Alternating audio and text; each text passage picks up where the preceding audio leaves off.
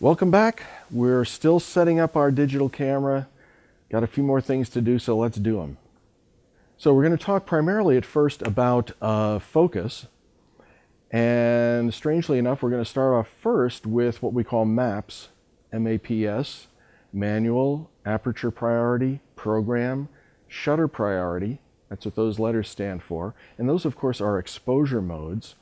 And automatic, which is that little magic green box, sometimes says auto inside it. Might say that on your camera, because choosing one of those is going to affect your abilities to control the focus. Now, if you choose the magic green box, like I just did, the camera's going to take over and do all the focusing and everything else for you. If you choose one of the MAPS settings, like I just changed to, then you have control of whether you manually focus or you autofocus your camera. I've got my camera set on aperture priority right now, and I'm going to change my little knob on the lens itself to MF. And with MF, when I focus, I raise the camera to my eye and I literally turn the focus dial. If I change it back to AF, now the camera is going to focus for itself. You hear that little chirping song? There's not a bird in my camera. That's the camera telling me that it's focused at the point that I'm aiming. That focus point can usually be selected by you from a pattern that you'll see within the frame as you look through the viewfinder or as you look at the back of your camera. You'll want to learn how to make the selection rather than letting the camera make that selection for you of where your critical focus point is going to be. And if you do that, then you'll be able to autofocus, but have it focus where you want it to. This is a cute little dog named Josie. She's hiding in the bushes, kind of chilling out. I always select the center spot as the place that my camera will be focused. And the reason for that is I always know when I pick the camera up to my eye where that is going to be. I'm always just looking at the center of the camera. It's become second nature to me when I first begin adjusting my framing and when I look at focus, that I put the thing that I want most in focus right in the center. And then, as with most digital cameras, to set the focus, I'm going to press the shutter release button in just halfway. I'm going to do that right now, and you'll hear the camera indicate to me that it's in focus. Ready? That little chirping noise results from me pressing the button in halfway, engaging the focus, the autofocus, and the camera coming into focus, the lens actually moving to adjust that focus spot. If I hold my finger, as I have on this, I can shoot the picture and the focus remains the same. However, if I press that slightly in and then take my finger off and move the camera to recompose the picture and then press again and shoot, well, my focus point has probably changed. So rule number one, put the focus point in the center, aim your camera at the thing that you want to have most in focus, lock in that focus, and then move the camera to recompose the picture, keeping your finger on the shutter release button so that when you release it, the shutter's where you want it to be. Depending on the camera, there's usually one more choice to make in terms of focus, and that is to select from different autofocus options. In the Canon world, for example, and we're using Canon just as an example, obviously there's many different brand manufacturers, Nikon and so forth. And if you don't own a Canon camera, then you'll need to learn the lingo that is appropriate for your camera brand. But in the Canon world, for example, one-shot autofocus means you select the spot that you want to be most critically in focus, you fix the focus on that subject, and press the button halfway, lock the focus, shoot the picture. You know your subject's not going to move. Two other options, though, relate to potentially or actually moving subjects. In AI servo, this is again Canon language, focus, AI servo is for a subject that's in constant motion. And you'll put your center button over that maybe dog or person, lock the focus on them, and as they keep moving, even if you readjust the framing, the focus will stay locked on them as they move. This is pretty cool, because you don't have to be constantly checking to see if your focus is working. It will lock on and stay on that moving subject. The third option is called AI Focus AF. Again, that's a Canon term, but it's also for a really cool subject such as Josie, who happens to be laying in the grass right now, but might jump up and move. So if I used AI Focus AF, I lock the subject on my still subject, and if she decides to get up and jump and run around the yard, I can still follow her and she'll be in focus. That is magic. We know that different camera manufacturers like to have different symbols and different file names and all sorts of different things, but there's a couple of things that you'll find almost universal in terms of symbols, depending on, it doesn't matter what camera you're using. One of them happens to be this sidewards pointing arrow inside a box, and that symbol is something that you're going to find usually on or near a button that allows you to do something called image review. And that image review is a standard operating procedure for us. We'll press the button and look at the photographs that we've shot, cycling through them, usually one by one. How the image review looks, though, is something that you'll want to set up for yourself. That's a decision you make as to how the picture looks when you want to review it. It can be, as in the slide on the left, just a big picture with very little information about the photograph itself, very little of that metadata sidecar stuff. Or you can make some manipulations, and every time the picture comes up for your review, it will be smaller, but there'll be lots of other information there for you to review. A histogram, for example, the ISO, all sorts of information that you might want to examine if that's your preference. And that's what this is all about, setting the cameras up so that they are your preference. Another symbol that you're going to find across camera lines is the magnifying glass. And the magnifying glass will either have a minus sign in it or a plus sign, and obviously to make the image smaller, minus, to make the image larger, plus. When we use that tool with our image review, well, we can see more than one picture on the screen at one time. In fact, in the Canon world, I can see 8 pictures, or I can see, 4 pictures or 9 pictures. ISO is another decision that we need to make when we set up our camera. Now, ISO is something that isn't like the copyright information where it's just going to stay the same. In fact, ISO is something that you're going to find yourself changing quite regularly. ISO stands for International Standards Organization. And I like to describe the ISO as a group of people wearing white lab coats who test things and standardize them. And that's basically what they do. One of the things that they test is the sensitivity of film, the sensitivity of a sensor to light. How much light does it take to properly expose a piece of film at ISO 400 or a sensor at ISO 400? The ISO number is, in essence, the denominator, in other words, the bottom number of a fraction. Now, promise not to have too much math in this class, but we got to have a little bit. Shutter speeds are 1 over a number in most cases. If they're fractions of a second, always that case. So we have, for example, 1/1000th of a second, maybe 1/125th of a second. Well, that lower number is the ISO number when the photograph is made on a bright sunny day around midday and our subject is fully illuminated by that sunlight at f/16. And that's basically the way that they'll test film or test a sensor.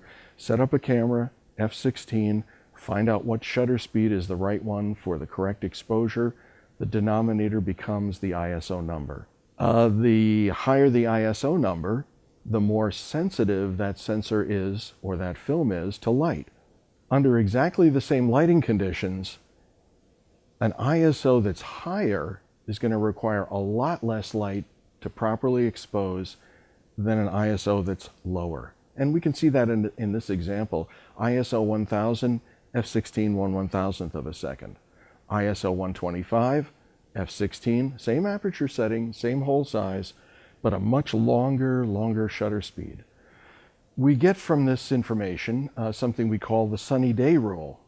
And if for some reason your meter wasn't working, or you're using a camera perhaps without a light meter, you can be confident that if you're photographing a subject that's lit by bright sun around midday, say between 10 in the morning and 3 in the afternoon, use f16, 1 over the ISO of the film or the sensor that you're shooting with, and you should get a pretty good exposure.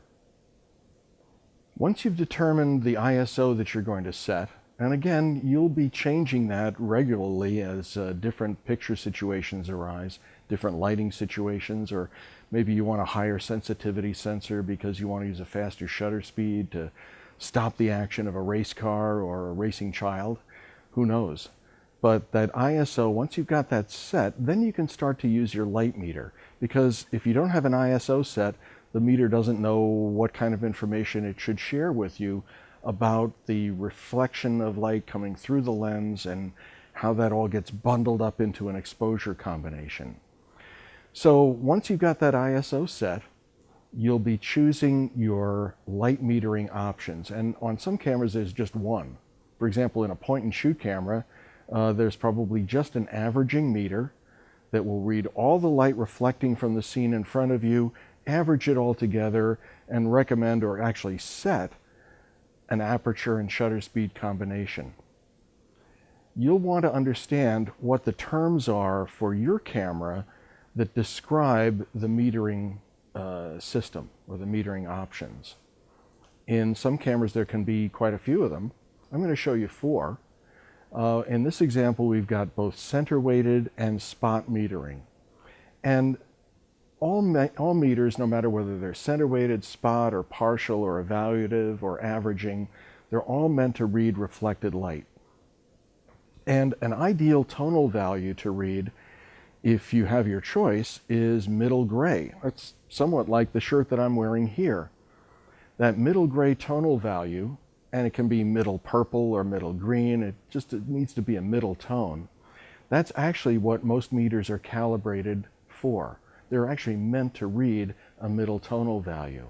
And especially with a spot meter, where you can place that spot over a specific area of the scene and meter only what's under that spot, if you've got something that's middle gray or middle color, that's what you want to read.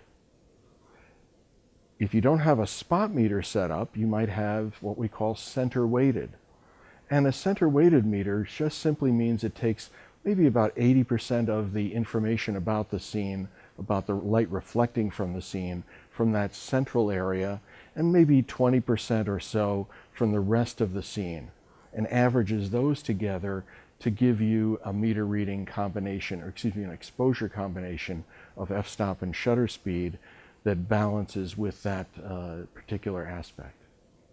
A partial meter is somewhat like a spot meter in that it only reads a small area of the picture, but whereas a spot meter usually reads maybe 1 or 2 degrees, very narrow area, a partial meter reads maybe about 8 or 10% of that central area of the picture. And again, if you can put that over an area of the photograph that has somewhat middle tonal values, that will give you the most accurate reading. Because the meter essentially is set up to read a middle tonal value and give you the correct exposure to render that middle tonal value middle tone. If you aim your light meter, if it's a spot meter or a partial meter, for example, at one of the white lights like I've got in the studio here, the meter would give you an exposure combination that would render these white lights middle gray. In other words, a very underexposed, very dark picture. So understanding the relationship of what we're aiming that meter at, what tonal values it's meant to read, and how that information gets translated into an exposure combination is very important. The fourth kind of meter you want to take a look for in the capabilities of your camera is the evaluative meter. Now the evaluative meter, actually you would say it's like an averaging meter, except it's not. The averaging meter, like the evaluative, takes information from all the scene that the camera can see at that moment, everything within the viewfinder. But the difference here is that while the averaging meter just averages all of that together, the evaluative breaks up that scene into specific areas, and it compares the brightnesses or the darknesses in those specific areas throughout the whole scene with other picture styles, I guess you'd call it, that it has in its memory. And by evaluating the brightnesses in different areas, it can come up with a very accurate exposure combination for you. Another aspect that we want to set up is white balance. And white balance is a measurement of the color of the light itself from the warmest candlelight to the coolest daylight. And it's a critically important setting for us to choose also. I've talked about this before, but we're going to get into it in a little bit deeper depth right now. You'll find that in the least expensive cameras, AWB means automatic white balance is the only option that you've got. That means that the camera is going to evaluate the light in the scene. It's going to say, okay, Peter, it's tungsten light, or okay, Peter, it's daylight, and it'll give you a balance of the colors in the scene that looks fairly accurate. Don't be alarmed if that's the only option that you've got with your camera. It usually works pretty well, and as you can see in this example, I shot a photograph with auto white balance, and then I shot another photograph setting the white balance on tungsten, which happened to be the light source that I was using for the picture, and they both come out almost identical. So setting the white balance for tungsten is an option on my camera, and I did that, and that's what you see in the right-hand photograph. Setting the camera white balance for auto is an option on my camera also, and you see the results on the left, and they're pretty close. In this instance, we're looking at two very different looking pictures. One that looks like it has normal colors, and the other like it really doesn't have normal looking colors. Something is really wrong there. Here's what happened. We're using tungsten light to illuminate the scene. And in the picture on the left, I've set the white balance in my camera on tungsten. You've seen this picture before, and it looks pretty normal. When I change the white balance setting on my camera to flash, or the strobe, it's the lightning bolt symbol, the camera expects to see a color that's very blue, because that's the color of light from a flash or a strobe. Instead, it's seeing the color of light from the tungsten light bulb, which is very warm, and it gives me this reddish, orangish rendering of the scene. Very off color. Here's another example. When we switch the white balance to flash, and we use a flash, that's what we see in the picture on the left. Normal color rendering. However, when we use a flash, and we've got the white balance set to tungsten, you can see that we get a very blue color cast that infuses the whole scene. That's not normal color. That's the sensor expecting to see, so to speak, a warmer colored light and seeing a cooler colored light. Now, this looks pretty awful if I'm trying to make a normal rendering of the scene, as the reddish color did in the previous example. However, you might want to use these capabilities creatively. Let's say you wanted to make a set of photographs that had an overall blue cast. Well, now you know how to do it. Set the white balance for tungsten, use blue light, the strobe or sunlight. In this last example, again, we're using a flash as our light source. And when we set flash as our white balance, the picture on the left matches up with the color of the flash. Everything's working together. The light color, the white balance setting, colors look great. When we set that white balance on fluorescent, which is again another option on the camera I was using, and we use the flash again, well, there's a disconnect, and the colors are going to be really wacky and kind of pinkish orangey like this one. You might have any number of fluorescent or tungsten or daylight or other settings. In fact, you might find that you can do a custom white balance as well. where you say, gee, this situation, the lighting here is so strange and so many different colors of light. I need to customize my white balance. And with some cameras, especially from the about $200–300 price point on up, you can usually find that capability. In any event, paying attention to that white balance and setting it up in your camera the way you want it to be for that lighting setting is critical. I often will just leave my camera on auto white balance and let the camera do the job for me. Now, just because the colors are kind of crazy doesn't mean that they're bad. And now that you know about the disconnect that can occur between the color of the light source and the color the sensor expects to be exposed to, you can purposely make these changes. Perhaps you want a set of photographs where everything looks kind of blue, or everything looks pretty red, or kind of pink and orange together, and make some pictures in which you're using this disconnect creatively.